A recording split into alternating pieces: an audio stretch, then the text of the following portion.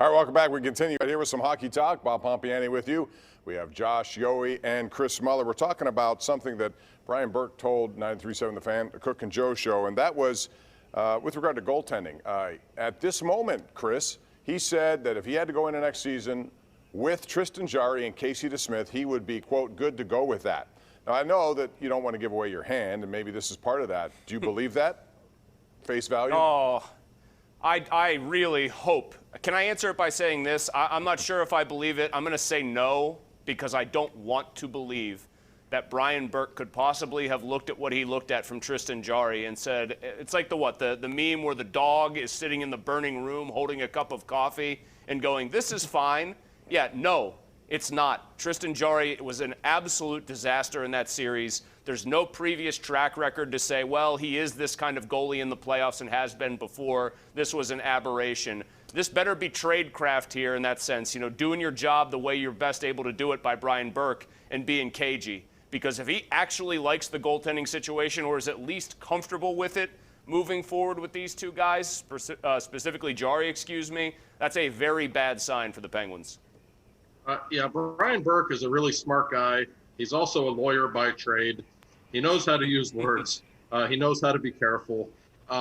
If they can't make a trade this summer for a goaltender, they don't want to look bad in the fan base's eyes. So, of course, they're not going to come out and say, yeah, we're trading Tristan Jarry this summer.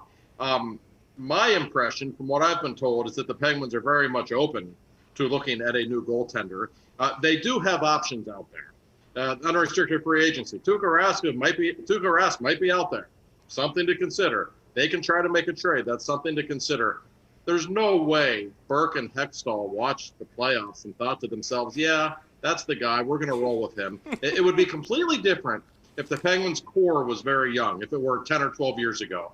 Then you'd say, young goalie, took his playoff lumps. Let's give him a couple more cracks. Let this group grow together. They only have a couple of years left now, and they know that. So can you really trust Tristan Jarry after what we've seen to be the guy next spring? I don't think you can. I expect them to make a move for a goaltender. I'd be very surprised if they don't. Yeah, and if your scenario is right about Malkin, they could play the cap game and keep him off the roster for a while, save money. I saw you tweet about that. And Tampa Bay certainly did that with Kucherov and saved a lot of money and acquired some pieces as they go. All right, Josh, I want to ask you about Mark Scheifele. That was the talk of the hockey world this week. I thought he went way out of his way to demolish Jake Evans. I don't think he had to play it that way. Now, obviously, he's not a dirty player, but never having a record, he got 4-game suspension. Brian Burke is an old school guy. He said that that was a good hockey play, yet he understood the suspension, which I don't think go together. What was your take on that? I didn't like the hit. Scheifele's not a dirty player. I understand the desperation in the situation, but my issues with it are he literally made no play on the puck. He didn't even look at the puck.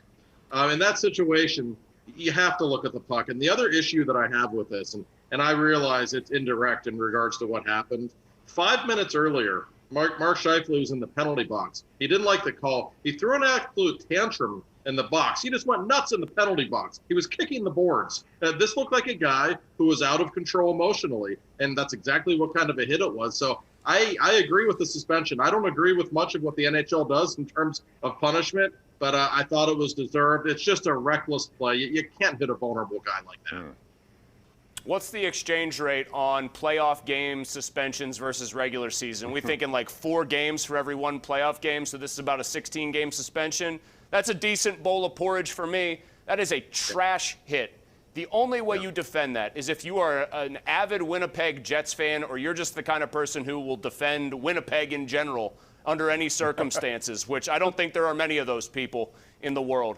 He wasn't playing the puck like Josh said, and in addition to the tantrum, he sped up, then slowed down, then sped up again to hit him even harder. Like, I just think that's the kind of hit that has no place in the game. And one thing I'm sick of, as maybe not a hockey lifer, even if it's true, is saying, oh, well, Mark Scheifele's not a dirty player. He's not a gratuitous player. He's not a bad guy. Sometimes good guys do bad things, and they need to get punished for it. Amazingly enough, the NHL got this right.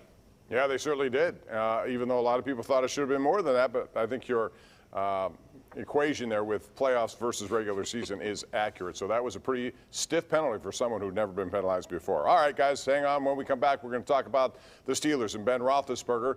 Mark Caboli was supposed to be here, but he had a Zoom malfunction. So, Josh, you can reprimand him on that, but we'll get into more Steeler talk. That's next right here on the #1 Cochran Sports Showdown.